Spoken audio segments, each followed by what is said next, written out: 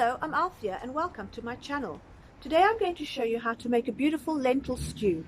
Now you can choose to have it either just vegetarian or add other little bits of flavorings like chorizo and bacon to it. My family enjoy the meaty side of it, so that is what I'm going to add to mine. Enjoy watching the video and don't forget to like and subscribe to my channel. Thank you.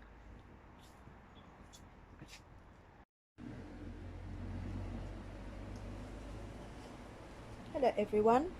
So we're on day 6. A bit of a challenging day, and that's only because of technology. But apart from that, it's been actually quite a nice day. It was my first day out to the shops, and I'm so proud of how people are behaving out there. Everybody's got hand sanitizer, everybody's keeping a safe following distance. Only a certain amount of people allowed in my local Pick and Pay. It was just all so very pleasant, and I truly am very proud of everybody at the moment. So today's recipe is going to be our dinner, and our dinner is just going to be a very simple lentil stew. Lentils are filled with so much goodness. I am putting a bit of meat in the form of a chorizo, because it kind of goes with us. But it's such a wonderful stew, and I never make one serving for one meal. I always make enough for 2 meals. It keeps beautifully in the fridge, and you can also just juice it down in your blender to make a beautiful lentil soup. So here goes. I'm doing it in my Instapot, which I gifted myself at Christmas, and it's one of the best gifts I've given myself. It's a pressure cooker together with a slow cooker, together with a yogurt maker, together with many things. And for this type of thing, it is perfect to use. So I've got one large onion, which I've chopped up, that I'm going to saute in some olive oil. And to that, I've got a red pepper. You can use green, you can use whatever color you want to. It doesn't really care. It's just all the extra flavors. And I'm just chopping it up very chunky, sort of. This one's a bit wrinkly because it's been hanging around a bit in the fridge. So it needs to be used, actually. It's a rather windy day today, but that's also good for us. So putting my red pepper in. To that I'm adding some sliced garlic. And really, again, just keeping it chunky, and because we like lots of garlic, I'm adding quite a bit of it. Just sliced.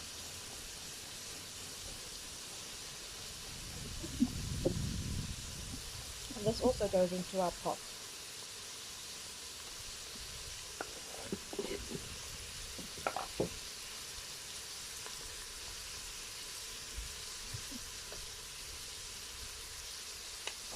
And we give that a stir.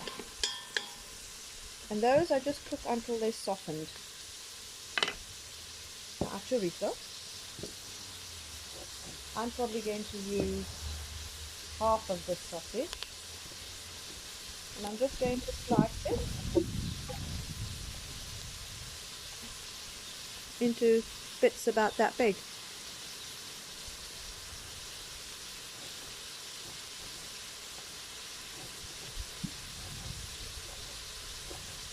Adds a lovely smoky taste to the stew because it's got smoked red pepper in it. And I'm also going to use the Spanish smoked pepper. It's dried herb. It's such a lovely addition to the stew. And that all goes in. The oils will start leaching out from the chorizo and adding flavor to everything else that's in there. And in the meantime, I'm just chopping up 2 tomatoes. Again, chunky, because it all cooks down in the end. You can have it as chunky or as cooked down as you want to. Up to you.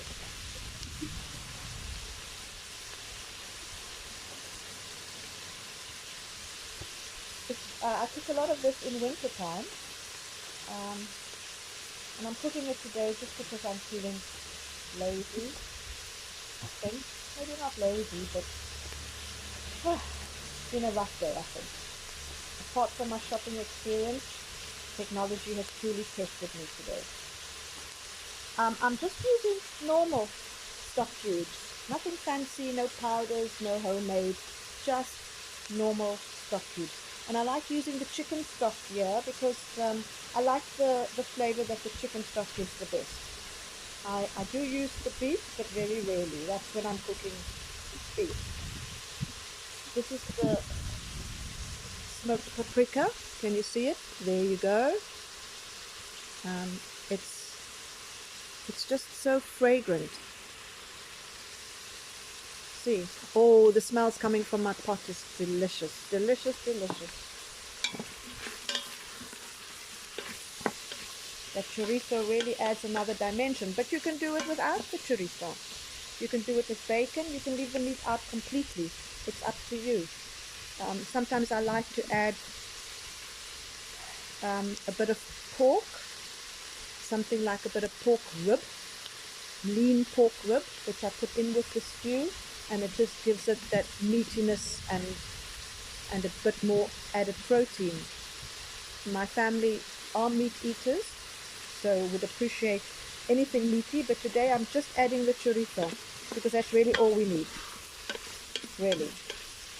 And you can see the color starting to change because the oil is coming out of the chorizo, and it's that ready color.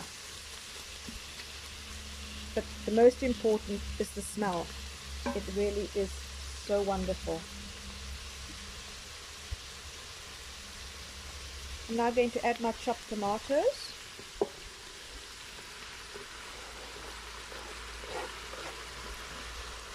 That adds a little bit of sweetness, some more moisture.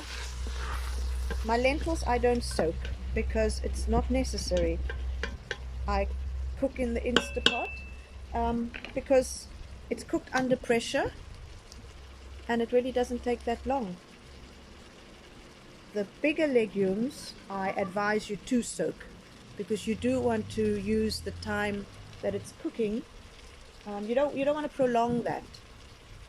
You want to get it done as soon as possible. So the bigger legumes, the chickpeas, the butter beans, all of those I do think you need to soak. But lentils, I don't soak mine. If I'm not using dried lentils, I'm using tinned lentils, which are equally good. But I have these beautiful, beautiful lentils, which I picked up at Atlas Trading before lockdown. And if anybody knows Atlas Trading, it goes way back. It's one of our first spice shops in Cape Town. And although they've modernized it, I still go there. Although I miss the old shop, which was really wonderful and took me back to the times of going shopping with my granny. So they've put new lights in, they've put bigger shelves in. They've modernized it, for me not in a good way, but I still go there. It's a wonderful place to shop. And this is cooking up nicely. Look, it's all breaking down. And I'm going to throw my lentils in. I've got 2 cups of lentils. That's going in. And I'm using 2 stock cubes, which I'll just crumble in. And I'm going to use probably about 2 or 3 teaspoons of the smoked paprika.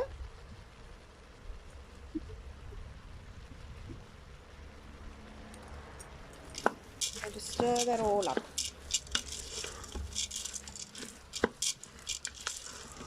I'm going to add a little bit more olive oil to it because it adds a little bit more richness. And of course some black pepper. We like lots of this. So I'll be here for a while, grinding pepper while looking at the blue sky.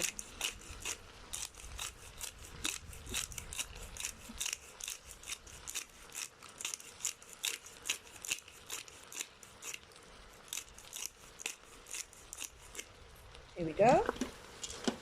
Another stir around. The Instapot is heating up nicely. And in goes my water.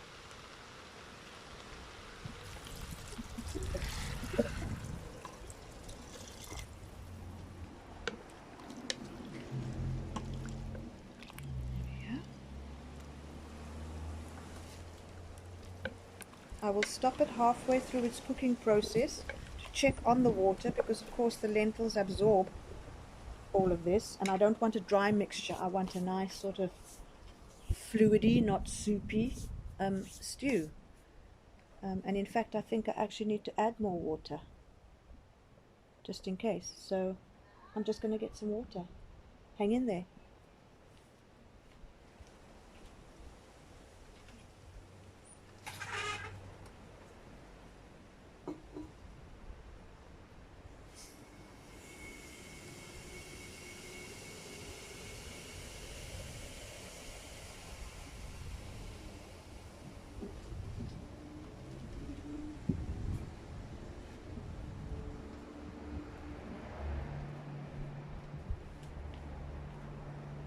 Just going to top it up. There we go. That's the maximum mark on the Instapot for the water. I'm going to close it. I'm going to put the valve on sealing. I'm going to change my settings on my machine. So I'm going to cancel. I'm going to put pressure cook on. I'm going to increase my time and cook it for 45 minutes under pressure. And let's see what happens. We'll check back in about an hour.